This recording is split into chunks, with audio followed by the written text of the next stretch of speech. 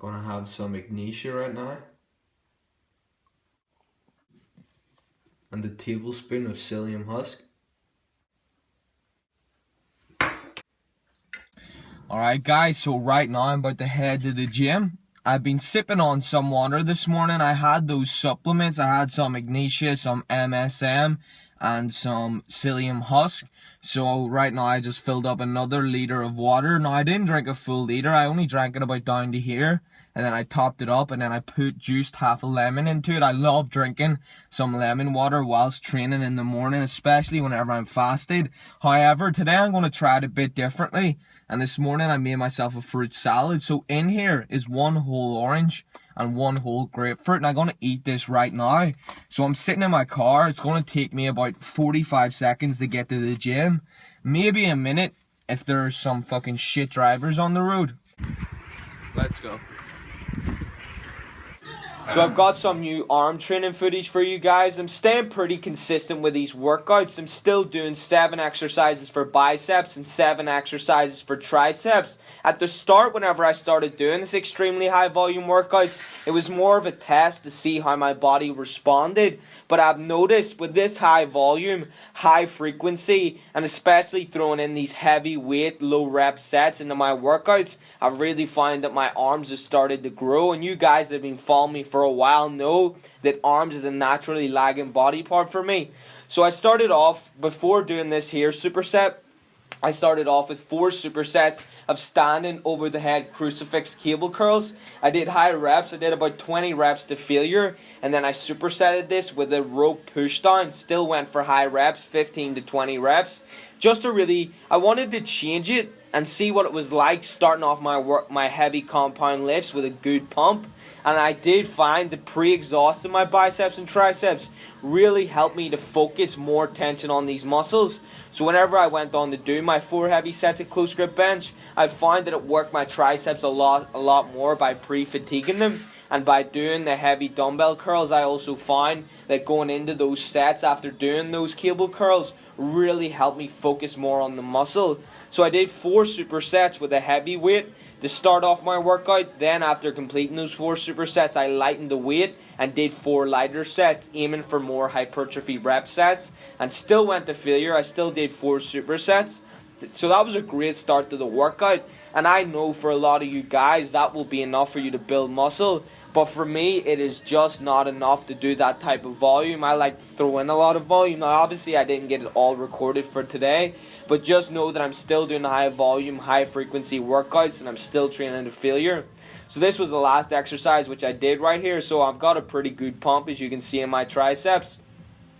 These are called concentration curls, but I mostly associate these with Arnold Schwarzenegger. I didn't know these before seeing Pumping Iron, but once I'd seen Pumping Iron and seen whenever Arnold was doing them, I was like, fucking, I'm going to start doing these. And I've been doing these for a while, and I think these are really good for you. Whenever you do these at the end of the workout, they're so good to really grind out an extra few reps. So whenever you're training to failure, and say you get 12 reps in your last set, instead of hitting 12 and that's you at failure, whenever you're leaning over like this, you can use a bit of momentum to get in those extra reps. So instead of hitting 12, a lot of the times I'll get about 20 reps in there. So that really helps with getting more tension on the muscle, getting a better pump, more blood in there. So that's the way I've been doing it. But this is all the footage that I got for you guys. Enjoy the rest of the video. Keep training hard. That was a wee bicep burnout I did at the end. So right now it's 10 to 12 in the afternoon. I just got finished up training arms and abs. I did pretty much whenever I do my workouts, I stick to the 7 exercises for a body group or a muscle part. So today was arms, so I did 7 exercises for biceps and 7 exercises for triceps.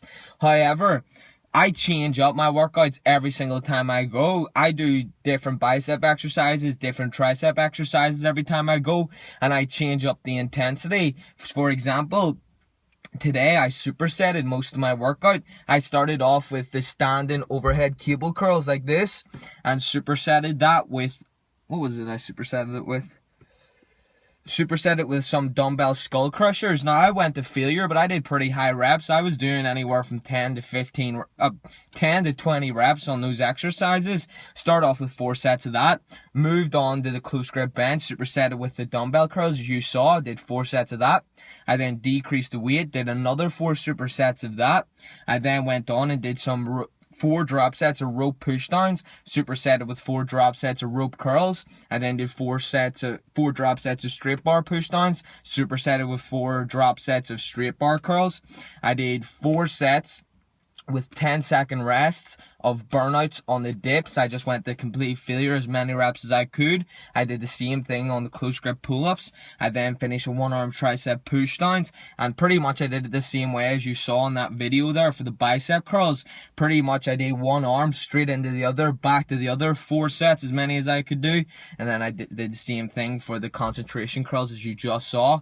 So pretty high volume. I finished off with probably about 10 drop sets on the ab machine, and then that's me just back now. I'm gonna get a shower and I'm gonna hook myself up something to eat. Let's go.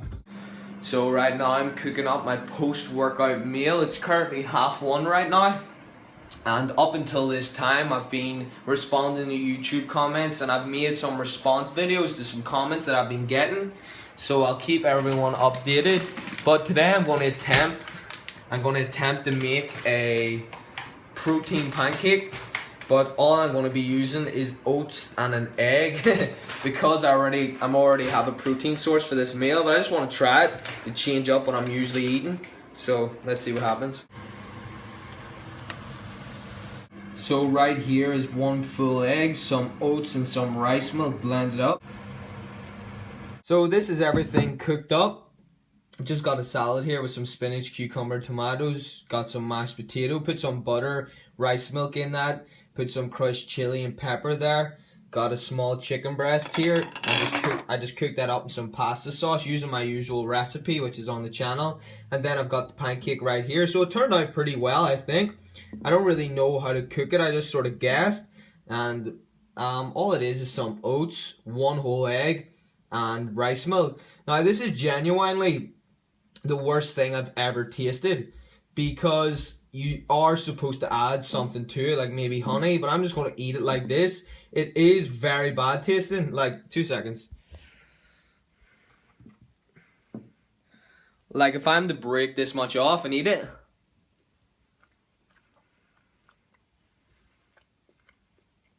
it's not the worst thing that I've tasted, I'll give it that, but it tastes of nothing. Like, it just doesn't taste of anything. Like, it's like eating fiber. It's probably what fiber is. It just doesn't taste of anything. But I've got a whole egg in it, so that's going to be about 8 grams of protein. I've got that small chicken breast, so I'm guessing this meal is going to be 45 grams of protein, maybe 50. But I'm going to be having high protein later, so everyone stay tuned. I'm going to eat this meal. It's probably going to be pretty nice, and I'm going to start doing pancakes maybe more often. So I'm just about to go out right now, and I don't know how long I'm going to be out, so I just decided to make my final meal to make sure I stay on top of my carbs and protein. So right here is a big ass Tupperware container of a mix of brown rice and white rice, and then I've got 2 whole wild Alaskan salmon fillets in there. So that's going to make sure I stay topped up on my carbs and protein, because I don't know what time I'm going to get back at. So I'm going to eat that whilst I'm out on the road, and that's going to wrap it up for another day in the life of a teen bodybuilder. Make sure you like, comment, share, subscribe, and tomorrow's going to be back in the fucking grind again. I'm going to get the most out of this bulk, especially since it's going to be coming to an end soon. See the way my hair is sitting up at the back? Wish I'd have fucking checked that before I recorded some videos today. I recorded some videos and I fucking saw that and I was like, oh fuck, I'm gonna have to record it again. And I just went, fuck it. So you're gonna see some videos with my hair sticking up like this, but you know I don't give a fuck. So right now it's 10 to 1. I'm about to head to bed in a few minutes, and tonight's going to be the first night in quite a long time where I haven't set my alarm for the next day. And it's been about a few weeks or a few months where I won't be waking up to an alarm, and I haven't had about 8 hours sleep in quite a while. So I'm really going to take this opportunity to let my body get the amount of sleep that it wants by letting my body wake up naturally. So I really want to take this opportunity also to show you guys Like, so many people say you need 8 hours sleep or 9 hours sleep, and a lot of the times these people don't even work out. You know, I'm working out 3 hours a day. I'm training to failure, and keep in mind, I train every single day of the week, and I'm doing 3 hour workouts pretty fucking consistently, high volume, high intensity. And I'm not saying that to brag about how hard I train, but I just want to highlight that I'm doing all that activity and I'm still only getting like 6-7 hours sleep, sometimes 5 hours sleep, pretty consistently throughout the week, and I'm still functioning at a high rate. And the truth is if you are really hungry for something, you gotta go all out for it, and it takes a lot of time to get great at whatever it is you're doing, regardless if it's building a YouTube channel, becoming a bodybuilder, or studying for a subject that you desire to succeed in or develop your knowledge on. So for me right now, I find that obviously sleep is a big part of bodybuilding, so I still get in as much sleep as I can. But you still gotta go so hard for whatever it is that you want. So really what I'm trying to say is that you may think you need 8 or 9 hours sleep, or you might think you need 10 or 12 hours sleep.